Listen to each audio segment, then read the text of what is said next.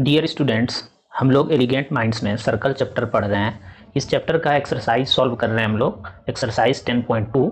इसका most of the problem हम लोग सॉल्व कर चुके हैं, लेकिन आज के सेशन में जो हम लोग प्रॉब्लम सॉल्व करने वाले हैं 10 नंबर से आगे का प्रॉब्लम, ये सभी प्रॉब्लम बहुत ही इंपॉर्टेंट है और ये सभी स्टैंडर्ड प्रॉब्लम है। इसका डिफिकल्टी लेवल भी मीडियम है और हार्ड है, ठीक है। तो इस सभी प्रॉब्लम को अच्छे से समझेंगे हम लोग और सॉल्व करेंगे। प्रॉब्लम नंबर 10 में बोला जा रहा है, prove that the angle between the two tangents drawn from an external point to a circle is supplementary to the angle subtended by the line segment joining the points of contact at the center। ठीक है, पहले हम लोग problem को समझते हैं कि problem में क्या बोला गया है प्रूव करने के लिए। तो उसके लिए यहाँ पे एक फिगर ड्रॉ किया हुआ है, इससे हम लोग समझेंगे इसको। यहाँ पे ये पॉइंट P एक्सटर्नल पॉइंट है इस सर्कल का, और इस एक्सटर्नल पॉइंट से दो टेंजेंट ड्रॉ किया गया है इस सर्कल पे, AP एंड BP। ये दो टेंजेंट है, ठीक है, AP और BP। अब इस दोनों टेंजेंट्स का जो एंगल बन रहा है वो एंगल ये बन रहा है, ठीक है। और पॉइंट ऑफ कांटेक्ट यहाँ पे A है और B है, तो इस पॉइंट ऑफ कांटेक्ट को जो लाइन सेगमेंट ज्वाइन कर रहा है AB, इस लाइन सेगमेंट AB से इस सर्कल के सेंटर पे जो एंगल बना है वो ये एंगल बना है। हम लोगों को प्रूव करना है कि ये दोनों एंगल सप्लीमेंट्री एंगल है, ठीक है। तो कैसे हम लोग प्रूव करेंगे इस चीज को? सबसे पहले हम लोग समझते हैं कि सप्लीमेंट्री एंगल होता क्या है। अगर दो एंगल का सम 180 डिग्री हो, जैसे angle A plus angle B, कोई भी एंगल है, अगर इसका सम 180 डिग्री है तो इस दोनों एंगल को हम लोग सप्लीमेंट्री एंगल बोलते हैं। वहीं पर एक कंप्लीमेंट्री एंगल भी होता है, आप लोग पढ़े होंगे, हम रिवाइज करा देते हैं।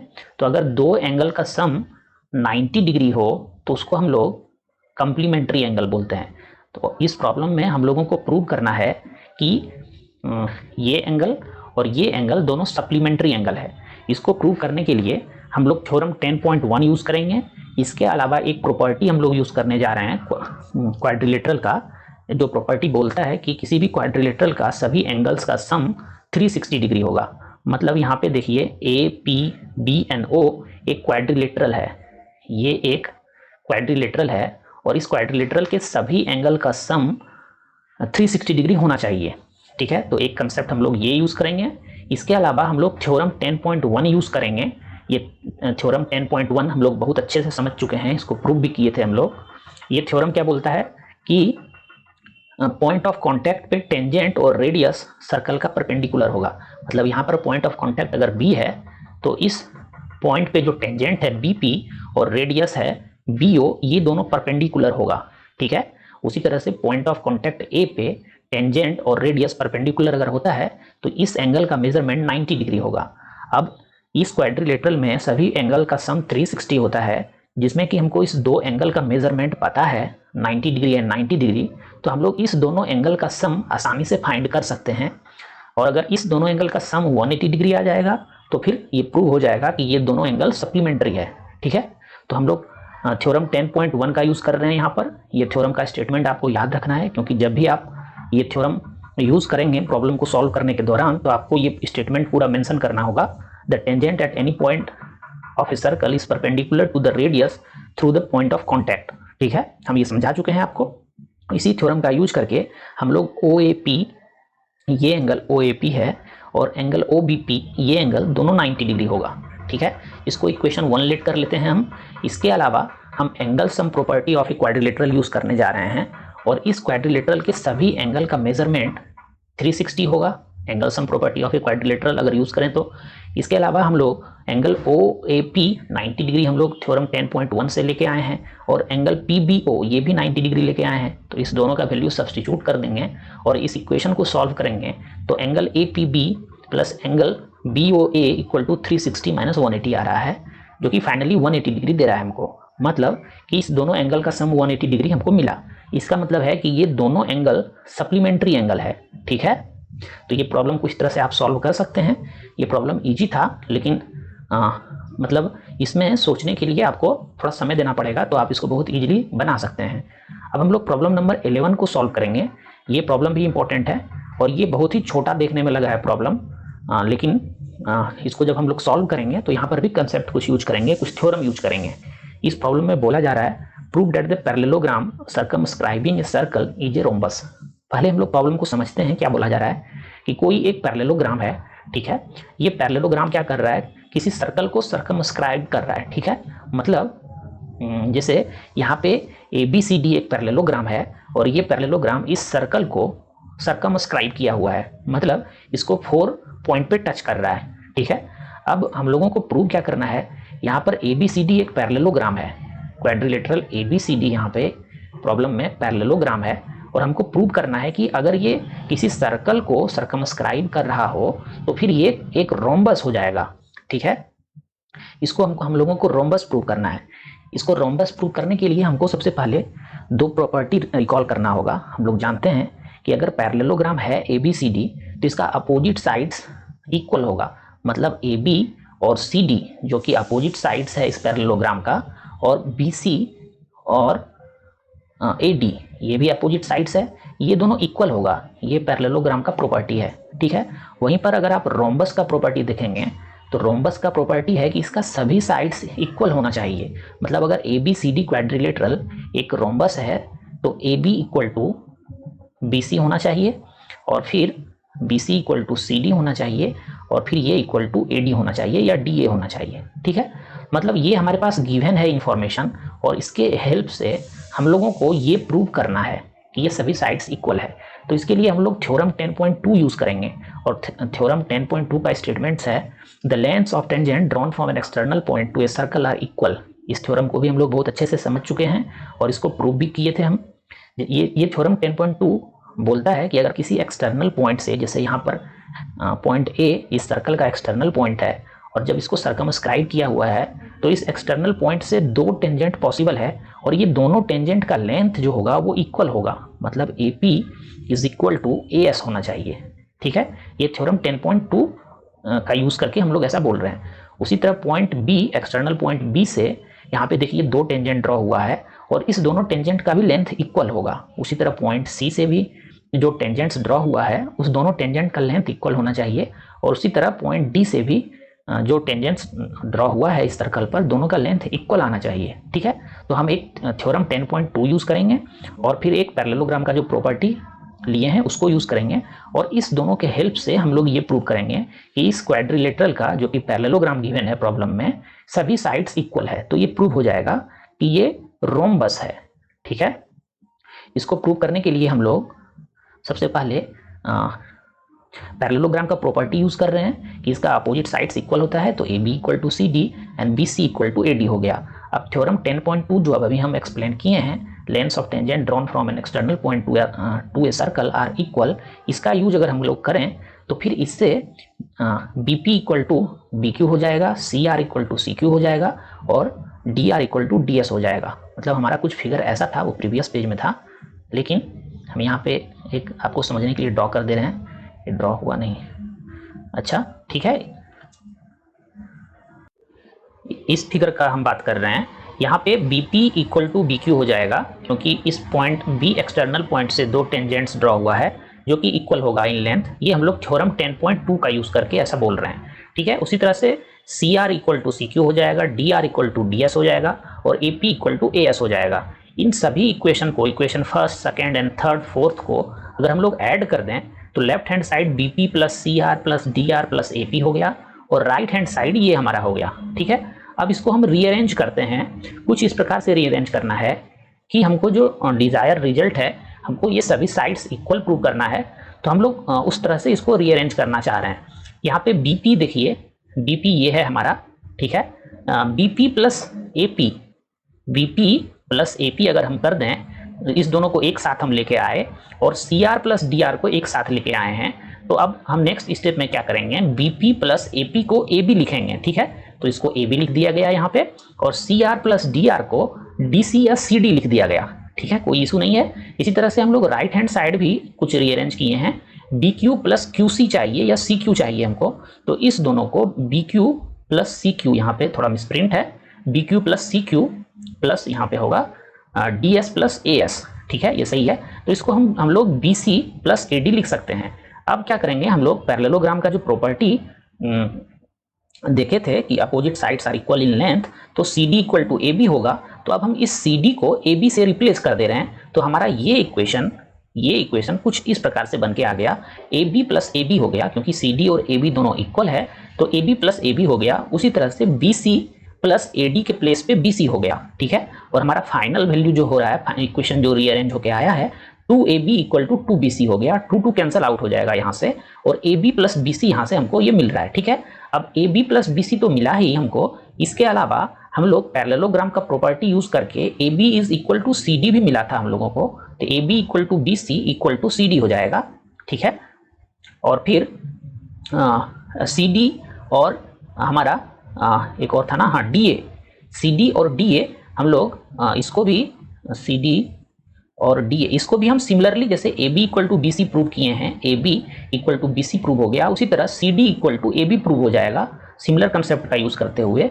और फाइनली हमको जो मिलेगा कि ये सभी साइड्स इक्वल प्रूव हो जाएगा। अगर ये सभी साइड्स इक्वल है तो इसका मतलब है कि ये जो पैरेललोग्राम दिया हुआ था प्रॉब्लम में, ये एक रोम्बस है और इस तरह से हम लोग इस प्रॉब्लम को सॉल्व कर सकते हैं। ये प्रॉब्लम भी इंपॉर्टेंट था। इसके अलावा 12 नंबर जो प्रॉब्लम है ये बहुत ही इंपॉर्टेंट है और इसमें बहुत ही कैलकुलेशन का जरूरत पड़ेगा, तो इसको हम लोग बहुत अच्छे से समझेंगे भी। इस प्रॉब्लम में क्या बोला जा रहा है कि a triangle ABC is drawn to circumscribe a circle of radius 4 centimetre. मतलब एक सर्कल है जो इस ट्रायंगल को, ये ट्रायंगल इस सर्कल को सर्कमस्क्राइब किए हुए है और इस सर्कल का रेडियस 4 सेंटीमीटर गिवन है। मतलब OD का लेंथ 4 सेंटीमीटर हमको प्रॉब्लम में गिवन है, ठीक है। इसके अलावा such that the segment BD and DC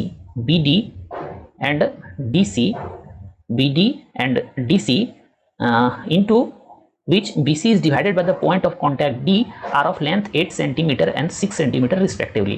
Find the side AB and AC. अब यहाँ पर हमको इसका लेंथ पता करना है, AB का लेंथ पता करना है और फिर AC का भी लेंथ पता करना है इस ट्रायंगल में।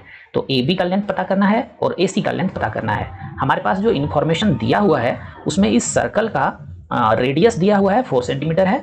इसके अलावा इस BD का लेंथ 8 सेंटीमीटर दिया हुआ है और फिर इस CD का भी लेंथ 6 सेंटीमीटर दिया हुआ है। ये बहुत ही इंपॉर्टेंट प्रॉब्लम है। आप अगर सोचना चाहते हैं कि कैसे हम लोग AC और BC का लेंथ फाइंड करें तो आप सोच सकते हैं वीडियो को पॉज करके। उससे पहले हम आपको इस प्रॉब्लम को सॉल्व करने के लिए क्या करना होगा, हम लोगों को AC चाहिए ना, AC का लेंथ चाहिए।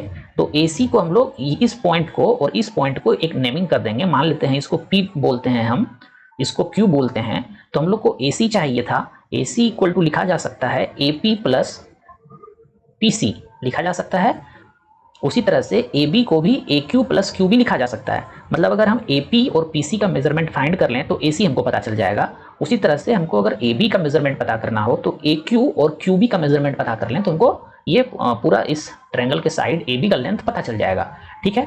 लेकिन हम पहुंचे कैसे, इसको हम फाइंड करेंगे कैसे, तो उसके लिए हम पहले एक 10.2 थ्योरम यूज करेंगे। यहाँ पे 10.2 थ्योरम अभी तुरंत हम यूज किए हैं और ये थ्योरम बहुत ही अच्छे से हम लोग एक्सप्लेन करके समझ भी चुके थे प्रीवियस जो क्लास लिया गया था एलिगेंट माइंड्स में उसमें। तो 10.2 थ्योरम के अनुसार पॉइंट B जो कि एक्सटर्नल पॉइंट है इस सर्कल का, इस पॉइंट से दो टेंजेंट्स यहाँ पे ड्रॉ हुआ है BD एंड PQ। इस दोनों टेंजेंट का लेंथ इक्वल होगा, ठीक है। अगर ये 8 सेंटीमीटर गिवन है प्रॉब्लम में तो ये भी 8 सेंटीमीटर होगा, ठीक है। सिमिलरली थ्योरम 10.2 का यूज करते हुए CD और CP जो कि टेंजेंट्स है इस सर्कल पर, इस दोनों का भी लेंथ इक्वल होना चाहिए, सेम होना चाहिए। तो ये 6 सेंटीमीटर हो गया। मतलब हाफ प्रॉब्लम तो हम लोग सॉल्व कर चुके हैं। हम लोगों को AC पता करना था जिसमें कि हम लोग CP 6 सेंटीमीटर पता कर चुके हैं। अगर यहाँ से यहाँ तक का मेजरमेंट हमको पता चल जाए तो इस दोनों वैल्यू को ऐड कर देंगे, हमको AC पता चल जाएगा। उसी तरह से हम लोग AQ फाइंड करके अगर AQ और इस 8 सेंटीमीटर को ऐड कर देंगे तो हमको AB का लेंथ पता चल जाएगा। लेकिन अब प्रॉब्लम यहाँ से स्टार्ट होता है कि AP और AQ हम फाइंड कैसे करेंगे। तो AP और AQ फाइंड करने के लिए हमारे पास और कोई दूसरा तरीका नहीं है। हमको क्या करना होगा कि इस ट्रायंगल का एरिया फाइंड करना होगा, ठीक है। और इस ट्रायंगल का एरिया हम दो तरीके से फाइंड कर सकते हैं। एक तो इस ट्रायंगल, एक यहाँ पे जो इसको पहले ज्वाइन कर देंगे हम लोग। पहले तो हम लोग इस ट्रायंगल का एरिया फाइंड करेंगे, एक हीरोज फार्मूला लगा के फाइंड करेंगे। अच्छा चलिए हम नेक्स्ट पेज में इसको समझते हैं। यहाँ तक समझ चुके हैं हम लोग कि ये 8 सेंटीमीटर है, ये 6 है, ये 4 है। हम लोगों को AP और AQ फाइंड करना है, ठीक है। अब नेक्स्ट पेज में आते हैं हम लोग। उसी फिगर को यहाँ बहुत अच्छे से ड्रॉ किया गया है, ठीक है। अब हम कर क्या रहे हैं ना, इसको x लेट कर ले रहे हैं, ठीक है, क्योंकि हमको AP और AQ का लेंथ पता नहीं है, तो इस दोनों को x हम लेट कर रहे हैं और ये दोनों ही x होगा। ऐसा क्यों होगा? क्योंकि यहाँ पर भी 10.2 थ्योरम अगर आप अप्लाई करेंगे तो इस एक्सटर्नल पॉइंट A से दो टेंजेंट ड्रॉ हुआ है इस सर्कल पर, AP एंड AQ, इस दोनों का लेंथ x होगा। मतलब अगर हम AP को x लेट करते हैं तो ये भी x ही होगा, ठीक है। इतना समझ चुके हैं हम लोग। अब हम लोग यहाँ पे आते हैं और इस ट्रायंगल का एरिया फाइंड करने का कोशिश करते हैं। इस ट्रायंगल का एरिया फाइंड करने के लिए हम लोग हीरोज फार्मूला यूज करेंगे। ये फार्मूला आप लोग देखे होंगे पहले, अगर नहीं देखे हैं तो हम अभी तुरंत एक्सप्लेन कर देते हैं। ये फार्मूला बोलता क्या है कि कोई भी अगर ट्रायंगल है ABC, इस ट्रायंगल में इस तीनों साइड का हमको लेंथ पता है, ठीक है। जैसे इसका लेंथ A है, इसका B है और इसका C है, तो इस ट्रायंगल का एरिया हम लोग फाइंड इस फार्मूला से कर सकते हैं, ठीक है। एक तो एरिया ऑफ ट्रायंगल जो होता है वो ये half into base into height होता है, ये हम लोग जानते हैं, लेकिन हमको बेस और हाइट पता होना चाहिए। यहाँ पर बेस और हाइट हमको पता नहीं है फिगर में, तो अगर हमको बेस और हाइट पता नहीं है या फिर इस तीनों साइड का जो मेजरमेंट है वो डिफरेंट है, तो फिर हम लोग उस केस में ये फार्मूला यूज़ करते हैं ट्रायंगल का एरिया फाइंड करने के लिए। इस फार्मूला को यूज़ करने के लिए सबसे पहले हम लोग S फाइंड करेंगे। S होता क्या है, इस ट्रायंगल का जितना पेरीमीटर होगा उसका हाफ होगा S, ठीक है, मतलब सेमी पेरीमीटर होगा ये। जैसे इस ट्रायंगल का पेरीमीटर क्या होगा, पेरीमीटर होता क्या है, टोटल आउटर लेंथ होता है। तो इस ट्रायंगल का पेरीमीटर, टोटल आउटर लेंथ इस सर्कल का कितना होगा, A plus B plus C, ठीक है। इसका अगर हम हाफ कर देंगे तो हमको ये S का वैल्यू मिल जाएगा, ठीक है। अब S का वैल्यू मिल गया तो एरिया ऑफ दिस ट्रायंगल हम लोग लिख सकते हैं स्क्वायर रूट ऑफ, जो कि यहाँ फार्मूला यूज किया गया है, S into S minus A, मतलब semi perimeter of this triangle into semi perimeter minus length of this side A into S minus B into S minus C। ये इस triangle का एरिया हमको दे देगा, ये फॉर्मूला यूज करें हम लोग तो, ठीक है। और यहाँ पर S का भी बताया गया है, देखिए ABC प्लस हाफ किया गया है, ये चीज हम भी एक्सप्लेन किए हैं आपको। तो अब आते हैं हम अपने प्रॉब्लम पे, जिसमें कि हमको एक ट्रायंगल था, ऐसा ट्रायंगल था एक, और इस ट्रायंगल में हमको क्या क्या पता था, हमको यहाँ से यहाँ तक का लेंथ पता था 8 सेंटीमीटर है, ये 6 सेंटीमीटर है, ये 6 है और ये 8 है, और इसको हम लोग x लेट किए थे, ये भी x है, ये भी x है। तो यहाँ पे देखिए a क्या हो जाएगा, x प्लस 8 ले लिया गया यहाँ पर, इसका टोटल लेंथ क्या हो जाएगा, x प्लस 8 हो जाएगा, तो x प्लस 8 लिया गया। वहीं पर इस जो यहाँ इस साइड का जो लेंथ होगा BC का, वो 8 प्लस 6 हो जाएगा, तो 8 प्लस 6 लिया गया है, मतलब 14 हो गया, और इस साइड का लेंथ 6 प्लस x हो गया, ठीक है। अब हम लोग सबसे पहले इस फार्मूला का यूज करके S फाइंड कर लेते हैं। तो S फाइंड करने के लिए हम इस तीनों साइड के मेजरमेंट को ऐड करके 2 से डिवाइड कर देंगे, तो S हमारा आ गया x प्लस 14। अब S हमारे पास आ गया है तो एरिया हम फिर इसी फार्मूला का यूज करके फाइंड करेंगे। तो S into square root of S into S minus A into S minus B into S minus C होता है, ये हम अप्लाई करने जा रहे हैं S माइनस C, ठीक है। S का हमको पता चल गया है वैल्यू, ABC का भी पता चल गया है, इसको हम यहाँ पे सब्स्टिट्यूट कर रहे हैं। इसको अगर आप रीअरेंज करेंगे तो आपको ये फाइनल वैल्यू मिलेगा। अगर इसमें आपको दिक्कत हो रहा है तो आप हमें अगर बताएंगे कमेंट सेक्शन में, तो हम इसको डिटेल में एक्सप्लेन कर सकते हैं इस तरह के प्रॉब्लम को सॉल्व करने के लिए। लेकिन टाइम को सेव करने के लिए हम एक कैलकुलेशन पार्ट आपके ऊपर छोड़ रहे हैं, आप ये समझ सकते हैं, आप क्लास 10th में हैं तो आप ये अच्छे से समझ सकते हैं, ठीक है। तो फिर हम आते हैं यहाँ पे डायरेक्टली, हमारा area of this triangle ABC जो आया है वो square root of 48 into x square plus 14x आया है, ठीक है। अब इसके अलावा हम क्या करेंगे, एक तो एरिया ये हमारा फाइंड हो गया, ठीक है। अब एक दूसरा मेथड से हम इसी ट्रायंगल का एरिया फाइंड करेंगे। एक तो इस हीरो फार्मूला, इसको हीरो फार्मूला बोलते हैं, तो इस मेथड से हमारा एरिया ये आ रहा है, और हम एक दूसरा मेथड यहाँ पे यूज करने जा रहे हैं जहाँ पर कि हम एरिया फाइंड करेंगे इसी ट्रायंगल का। और इस बार जो फाइंड करने जा रहे हैं एरिया हम लोग, उसमें जैसे 3 पार्ट में है ये ट्रायंगल, एक तो ये ट्रायंगल हो गया, एक ये ट्रायंगल हो गया और एक ये ट्रायंगल हो गया। इस तीनों ट्रायंगल का अगर हम एरिया को सम कर दें तो इस बिगर ट्रायंगल का एरिया हमको मिल जाएगा। और इस स्मॉलर ट्रायंगल का एरिया फाइंड करने के लिए आप देखिए फिर से यहाँ 10.1 थ्योरम अगर आप अप्लाई करेंगे तो इस पॉइंट ऑफ कॉन्टैक्ट पे, पॉइंट F पे जो रेडियस होगा और टेंजेंट जो होगा वो परपेंडिकुलर होगा, तो मतलब ये परपेंडिकुलर हो गया। इस ट्रायंगल का अगर एरिया हमको फाइंड करना हो तो half into base into height हम लोग यूज कर सकते हैं। इसके लिए बेस AB हो जाएगा और हाइट इसके लिए क्या होगा, हाइट इसके लिए OF हो जाएगा, क्योंकि यही परपेंडिकुलर है बेस पे, तो OF हो जाएगा ये। और OF है क्या, रेडियस ऑफ दिस सर्कल है, जिसका कि वैल्यू 4 सेंटीमीटर दिया हुआ है। और AB अभी हम लोग तुरंत x प्लस 8 लिए थे तो वो ले लेंगे हम लोग। उसी तरह से फिर इस ट्रायंगल का एरिया हम लोग फाइंड करेंगे और इसी कंसेप्ट का यूज करते हुए हम लोग इस ट्रायंगल का भी एरिया फाइंड करेंगे। इस तीनों एरिया को अगर हम सम करेंगे तो इस लार्जर ट्रायंगल का एरिया मिलेगा। वही चीज यहां पर किया गया है, ठीक है। तो base into height formula use करके इस तरह से एरिया ये फाइंड किया गया है। और फिर जब एक ही ट्रायंगल का एक ये एरिया आया और दूसरा ये एरिया हमारा आ रहा है इस तीनों स्मॉलर ट्रायंगल को सम करने पे, तो ये दोनों एरिया एक ही ट्रायंगल का है, तो इस दोनों को इक्वेट कर देंगे हम और यहाँ से x का वैल्यू पता कर लेंगे। अगर x का वैल्यू हमको पता चल जाता है तो हमको जो फाइंड करना था वो तुरंत पता चल जाएगा हम लोगों को। तो इस दोनों इक्वेशन को हम इक्वेट कर देते हैं, क्योंकि सेम ट्रायंगल का ये एरिया है तो हम लोग ये लिख सकते हैं। अब क्या करेंगे, हम लोग स्क्वायरिंग कर देंगे, क्योंकि हमको ये स्क्वायर रूट यहाँ से रिमूव करना है। तो अगर दोनों साइड स्क्वायर करेंगे तो ये 48 हो जाएगा, स्क्वायर रूट यहाँ से रिमूव हो जाएगा, एक्स स्क्वायर प्लस 14x हो गया। और जब इधर ये स्क्वायर होगा तो ये 4 स्क्वायर हो जाएगा और x प्लस 14 स्क्वायर हो गया ये, ठीक है। अब इसको भी हमको सॉल्व करना है, क्योंकि x का वैल्यू फाइंड करना है हमको। तो 4 का स्क्वायर 16 यहाँ पे हो गया, और यहाँ पर a प्लस b का होल स्क्वायर का फॉर्मूला यूज कर रहे हैं हम। तो एक्स स्क्वायर प्लस 14 का स्क्वायर जो कि 196 आ रहा है, प्लस 2 इंटू ए इंटू बी आता है, तो 2 इंटू 14 इंटू एक्स 28x आया। इसको 48 को अब नेक्स्ट स्टेप में हम लोग 16 को लेफ्ट हैंड साइड ले आए, तो 48 अपॉन 16 हो गया। यहाँ पे एक्स स्क्वायर प्लस 14x ही है, और यहाँ पे ये पोर्शन बचा हुआ रह गया x square plus 28x plus 196। अब ये 3 से कैंसिल आउट हो गया, तो 3 जब एक्स स्क्वायर से मल्टीप्लाई होगा तो 3x स्क्वायर हो गया, और ये 14 इंटू 3 42x हो गया। इधर यही बचा हुआ है हमारा। इसको और हम रीअरेंज करेंगे तो हमको फाइनल वैल्यू जो मिल रहा है यहाँ पे वो ये मिल रहा है। और ये है क्या, ये एक क्वाड्रेटिक इक्वेशन है, क्योंकि इसका डिग्री देखिए आप 2 है, ठीक है। मतलब यहाँ से हमको x का 2 वैल्यू मिलेगा, 2 वैल्यूज मिलेगा यहाँ पे, ठीक है, क्योंकि ये क्वाड्रेटिक इक्वेशन है।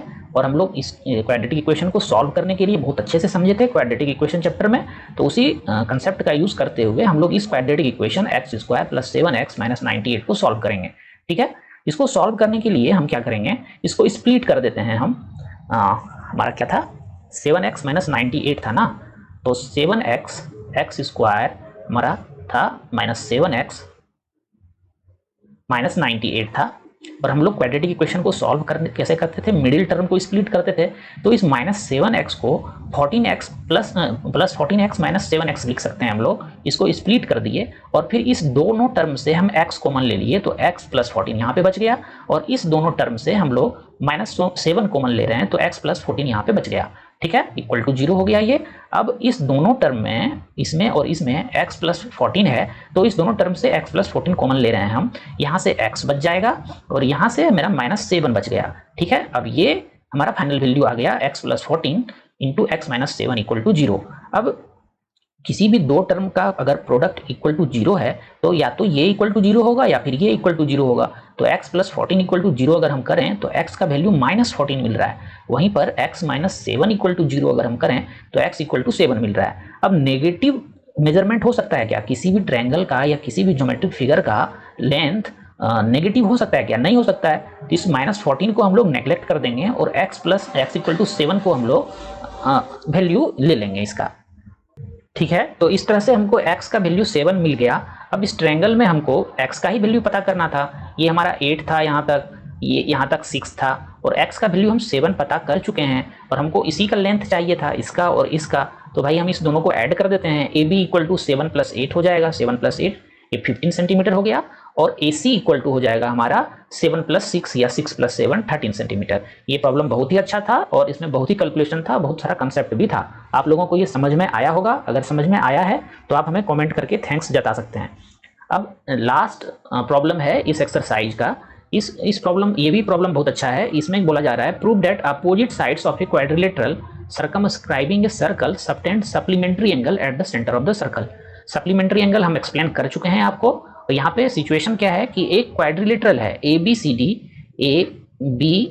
डी एक क्वाड्रिलेटरल है, और इस सर्कल को ये सर्कमस्क्राइब किए हुए है। हम लोगों को प्रूव ये करना है कि इस quadrilateral A B C D का जो अपोजिट साइड्स होगा, जैसे ए बी और डी सी यहाँ पे अपोजिट साइड्स है, ये दोनों साइड इस सर्कल के सेंटर पे जो एंगल बना रहा है, मतलब ये एंगल और ये एंगल जो एंगल बनाया है, ये दोनों सप्लीमेंट्री एंगल होना चाहिए, मतलब 180 डिग्री होना चाहिए इसका सम, ठीक है। तो ये प्रूव करना है हमको। इसको कैसे प्रूव कर सकते हैं, हम लोग फिर से यहाँ पे 10.2 थ्योरम अप्लाई करेंगे। इसके अलावा और भी कुछ कंसेप्ट अप्लाई करके हम लोग इसको प्रूव कर सकते हैं कि ये 180 डिग्री है। उसके लिए क्या किया गया है, यहाँ पर पहले तो ये ज्वाइन कर दिया गया सभी को, तो ये 90 डिग्री हो जाएगा, ये हमको पता है। और इसके अलावा हम क्या किए कि सभी का एक नेमिंग कर दिए, जैसे इस एंगल को 7 बोल दिया गया, इस एंगल को 6 बोला गया, इसको 5, इसको 4, इसको 3, इसको 2 और इसको 1, ताकि हमको ये कैलकुलेशन करने में, प्रूव करने में आसानी हो। ठीक है, अब हम लोग यहाँ पर सबसे पहले एंगल सम प्रॉपर्टी ऑफ इसका लगाएंगे। इस प्रॉब्लम को आप लोग खुद से सॉल्व करिएगा, और नहीं तो आप हमें कमेंट सेक्शन में बताइए, तब हम इसको एक्सप्लेन करेंगे।